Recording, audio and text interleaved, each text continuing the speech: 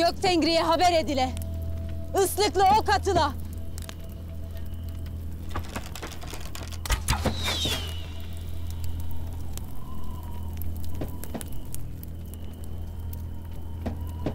Ey mavi göğün sahibi Göktengri, oklarımızın ıslığını duy, bizi dinle. Yağız yerin tek hakimi Ulu Gökkağan'ın ulu ecesine kulak ver. Yere buğday saçarız ki barış ola.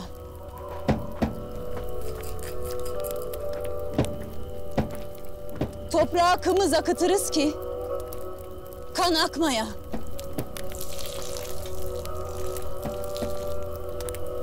Atları salarız ki bizim uçtula.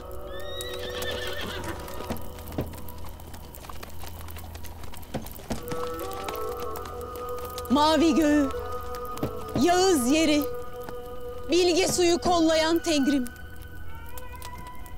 Bize bir işaret bağışla. Yolumuz bize esenlik mi getirir? Karanlık mı?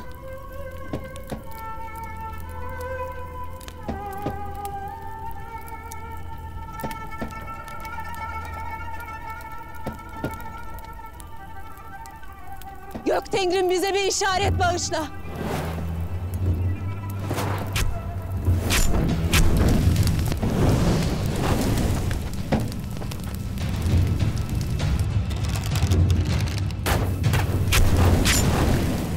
Timur! Savunmaya geç!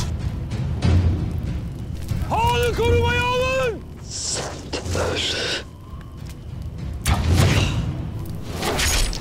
Hanı vuruldu! Afago!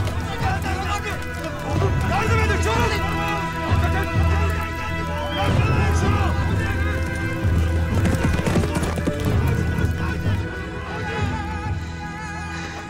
Adliye savunma pozisyonu! Hanımızı koruyun!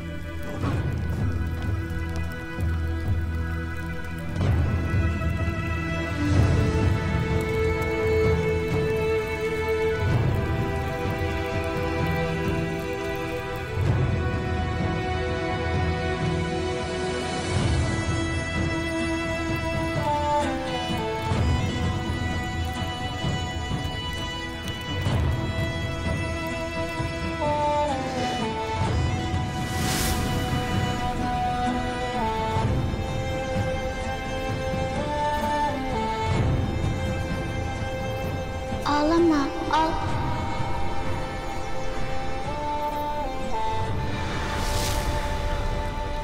O iki küçük çocuk için.